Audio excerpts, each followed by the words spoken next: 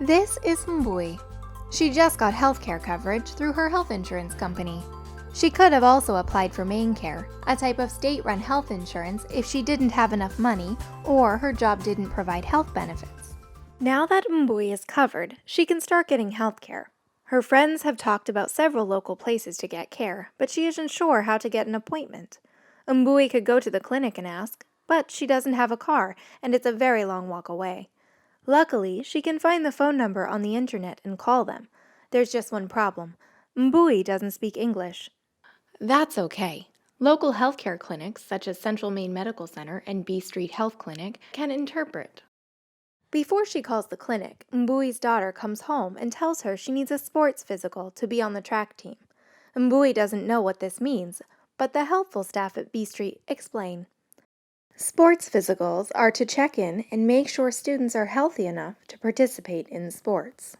The receptionist is able to help schedule her daughter's appointment on the same day as hers, so she only needs to take one trip. Before she hangs up, the receptionist reminds Mbui to arrive 15 minutes early because Mbui needs to fill out some important paperwork before her appointment. Also, she needs to bring her insurance card and identification. Otherwise, the office can't get paid and she may get a bill. That reminds Mbui. She needs an interpreter. The office staff is so helpful, she almost forgot that she may not have their help translating the forms or what the doctor says. Mbui is new to the area and hasn't needed to use an interpreter yet. The receptionist schedules an interpreter to help translate the forms and what the doctor says. Interpreters are offered free of cost. B Street offers in-person interpreters for patients, but other healthcare facilities may use mobile translation, where an interpreter someplace else translates through a device. Now that she's called and made her appointment, it's important for her to write a note with the date and the time, and put the note in a place that she will remember. It's the day of her appointment, and Mbui is glad she arrived early, because there's so much to do. Mbui brought her insurance card, and the office staff takes her information down, and they make a copy of her card. Then the receptionist gives her forms to fill out for her daughter and her. There are a lot of questions she must answer, all written in English. Even though the office staff is very helpful, she is glad to have the interpreter there helping her. A nurse calls them into the office. She asks how Mbui and her daughter are feeling and writes down notes for the doctor. She also takes notes for the daughter's sports physical. The nurse writes everything down. This helps the doctor make sure he or she doesn't miss something. The nurse leaves once she has taken down all the information. When the doctor arrives, she greets them with a smile. She introduces herself as Dr. Lindsay, but says they're welcome to call her Lindsay. She starts with the daughter's sports physical. Dr. Lindsay checks her eyes and ears, breathing, strength, and balance. She asks a few questions about their family's health history and if any conditions run in the family.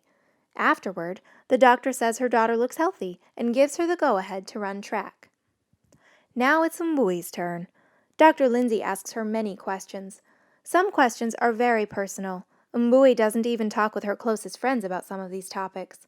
Mbui asks why the doctor is asking all this. Dr. Lindsay explains that there are people in almost every community who look completely fine, but who could be hiding something very important to share. This could be anything from an embarrassing health concern, like a hard lump in someone's breast, to feeling sad all the time, to being in an abusive relationship. There are even people who are held prisoner, and the only time they are set free is to go to the doctor. Here at B Street, there are experts whose only job is to deal with these kinds of situations and help patients who may need it. Sometimes, they're someone's only way of getting out of a dangerous situation. Mbui says she doesn't have anything like that to worry about. Dr. Lindsay says that's good, but she still has to ask all new patients these questions. The doctor assures her that unless someone is in immediate danger, she can't reveal any of this information without Mbui's permission. After a short physical examination, Dr. Lindsay tells Mbui she'd like to do a breast and pelvic exam. She asks Mbui if she has ever had a pap smear or knows what that is. Mbui says she doesn't. Dr. Lindsay says a pap smear is to test for cervical cancer. She tells her how it would work. With Mbui lying flat on the exam table, Dr. Lindsay would use an instrument called a speculum to open her vagina so she could look inside. Then she'd use a brush to collect cells from her cervix, which is the opening to the uterus which holds the baby during pregnancy. Then she'd put the brush into a bag to be tested later. The doctor warns Umbui that it could feel a little uncomfortable and may cause some cramping, but that it will pass. Dr. Lindsay says it's a very important test because they can see any signs of the cells becoming abnormal and intervene before they become cancerous. She says the test is very fast. Umbui decides some discomfort and embarrassment are worth not getting cancer, so she agrees to do the test. Looking over her notes after the exam, Dr. Lindsay notices Umbui has been feeling sick in the morning lately and asks her if she might be pregnant. Umbui says she could be. Dr. Lindsay says it's easy to check. She'll have a lab tech draw her blood, and she'll call Umbui when she gets the results. Dr. Lindsay says goodbye, and then Umbui has her blood drawn. She's a little afraid of needles, but the lab tech makes her feel at ease, and she hardly feels a thing. A few days later, Dr. Lindsay calls with Umbui's blood test results. It turns out that Umbui is pregnant. The office would like her to come in for an initial prenatal visit to make sure Umbui and her new baby have all the best care. Dr. Lindsay walks in and congratulates Umbui. She tells her about the tests they like to do early in pregnancy to screen for any risks to mother and baby.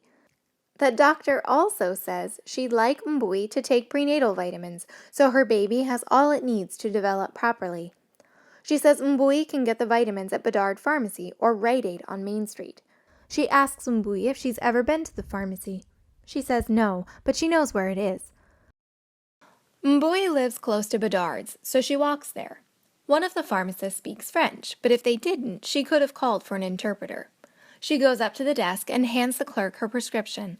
He hands her an intake form to fill out so they have her in the system. Then he goes out with her to get the vitamins she needs. He picks them out and they head back to the desk. She gives him her insurance card so the vitamins won't cost too much. A main care card would also work. She pays for the vitamins and then the clerk sends her to the consultation desk, where a pharmacist meets her to tell her how to take her prescription. He also explains that before the bottle gets completely empty, Umbui needs to bring it back to the pharmacy to get it filled again, which is called a refill. She has to have it refilled at the pharmacy, not the doctor's office. The doctor doesn't have any medicine to give her. The doctor only writes the prescription, which tells the pharmacy what to give her.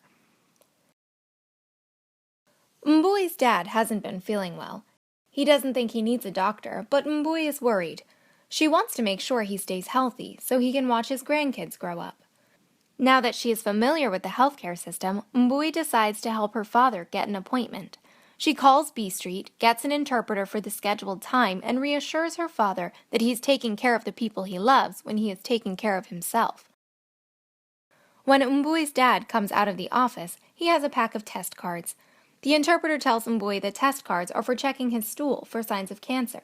It sounds strange, but the interpreter explains how important the doctor said it is to do this test, because he could have cancer without knowing it.